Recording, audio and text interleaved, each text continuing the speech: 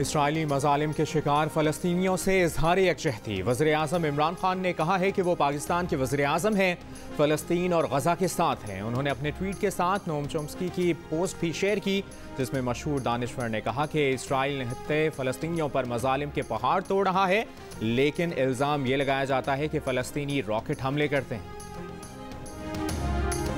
गज़ा पर इसराइल की वहशियाना बमबारी ना रुकी। शहीद फ़लस्तीनियों की तादाद 36 हो गई। 13 बच्चे और मज़ाहमती तंजीमों के कई रहनुमा शामिल। 1000 से ज़ायद अफराद जख्मी। दर्जनों इमारतें मलबे का ढेर बन गईं। हमास की जानिब से भी जवाब में रॉकेटों की बरसात। अश्कलोन में तेल की पाइपलाइन में आग लग गई, बस तबाह। 5 इसराइली हलाक, 70 जख्मी। इसराइल के शहर लुद में शदीद कशीदगी। यहूदी शिद्दत पसंदों ने कई गाड़ियों को आग लगा दी। अरब लीग ने सिक्योरिटी काउंसिल से बातचीत के लिए कमेटी की मंजूरी दे दी। वज़राए खारजा काउंसिल के इजलास में मुतालिबा किया गया कि बैनुल अक़वामी फौजदारी अदालत फ़लस्तीन में इसराइल के जंगी जराइम की तहक़ीक़ात करे।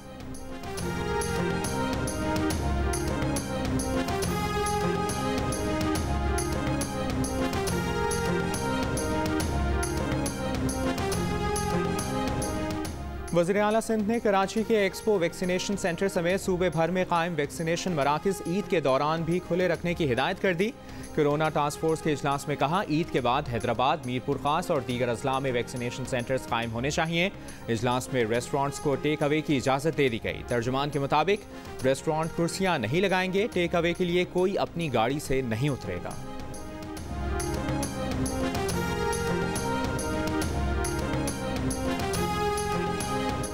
30 साल और इससे ज़ायद उम्र के अफराद के लिए वैक्सीन की रजिस्ट्रेशन 16 मई से शुरू की जाएगी।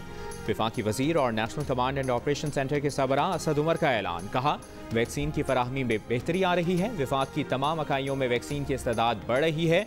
इसके साथ ही वैक्सीन लगाने के अहल अफराद की कैटेगरी में भी इजाफा जारी है।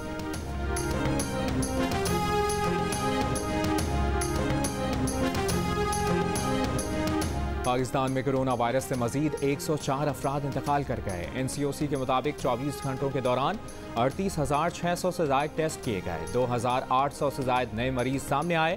कोरोना केसेस मुस्बत आने की शरह तकरीबन 7.5% रही। लाहौर में ये शरह तकरीबन 12%, पंजाब में तकरीबन 9% और इस्लामाबाद में मुस्बत केसेस की शरह 5.25% रही। बलूचिस्तान में गुज़श्ता रोज़ कोरोना के मुस्बत केसेस की शरह 11% से ज़्यादा रही।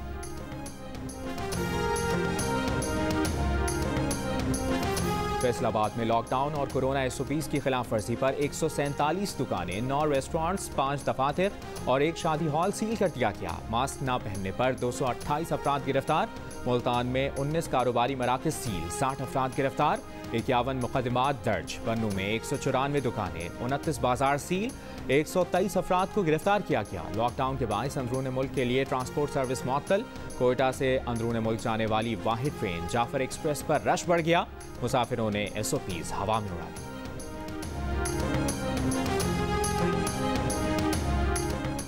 हुकूमत शहबाज शरीफ का नाम ECL में डालने के लिए मुतहरिक। काबीना की ज़ैली कमेटी के आज होने वाले इजलास में शहबाज शरीफ का नाम ECL में शामिल करने की सिफारिश का इम्कान, जिसके बाद वफाकी काबीना से सर्कुलेशन समरी के जरिए मंजूरी ली जाएगी।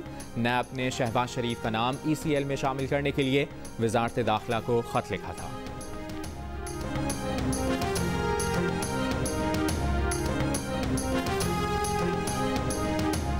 तर्जुमान मुस्लिम लीग नून मरियम औरंगजेब का कहना है कि क्या शहबाज शरीफ का नाम ECL पर डालने से पाकिस्तान का कर्ज कम होगा?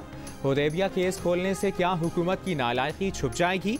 ये भी कहा कि पाकिस्तान का कर्ज फरवरी में 36,000 अरब रुपए से तजावुज़ कर चुका। मुल्क में तरक्की नहीं होगी तो सरमायाकारी भी नहीं आएगी।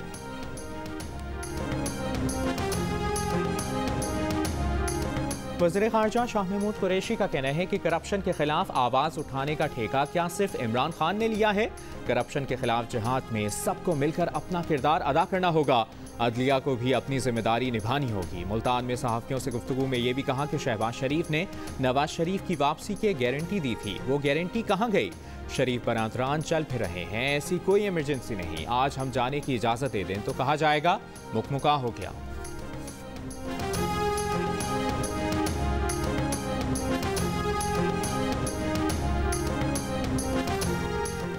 चेयरमैन पीपल्स पार्टी बिलावल भुट्टो जरदारी ने कहा है कि करप्शन के खिलाफ इमरान खान की मुहिम कौम के साथ फ्रॉड है, सियासी इंतकाम के लिए मनी लॉन्ड्रिंग और करप्शन का झूठा वावेला किया गया।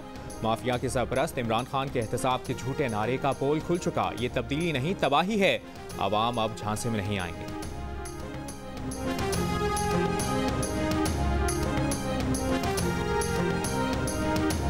वज़ीर मुमलिकत बराए इत्तलात और नशरियात फ़ारूक हबीब कहते हैं, बिलावल साहब आपकी सिर्फ एक ही काबिलियत सामने आई है, पर्ची पर चेयरमैन बनना। 13 साल से हुकूमत के बावजूद सिंध के गरीबों की हालत बेहतर ना कर सके। बिलावल साहब बताएं, इन्होंने सिंध वालों को माफिया गिरा फरोशों के हाथों कितने में फरोख्त किया।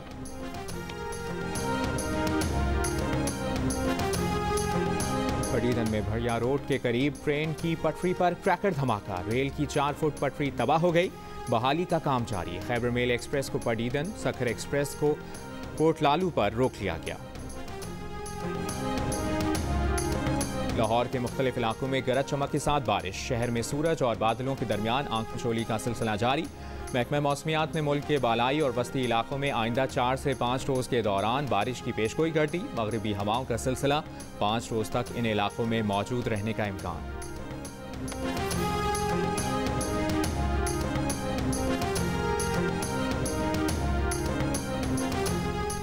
शव्वाल का चांद देखने के लिए रुयत हिलाल कमेटी का इजलास आज शाम होगा। सऊदी अरब और अमारात समेत खलीजी रियासतों में चांद नजर न आने का ऐलान।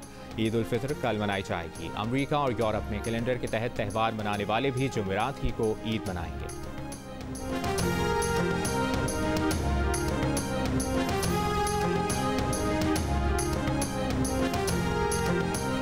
और जिम्बाब्वे के खिलाफ टेस्ट सीरीज के बाद पाकिस्तान के खिलाड़ियों की रैंकिंग में बेहतरी। हसन अली और शाहीन शाह अफरीदी ने करियर में अपनी बेहतरीन रैंकिंग हासिल कर ली। हसन अली 6 दर्जे बेहतरी के बाद 14वें और शाहीन शाह अफरीदी 9 दर्जे बेहतरी के बाद 22वें नंबर पर आ गए।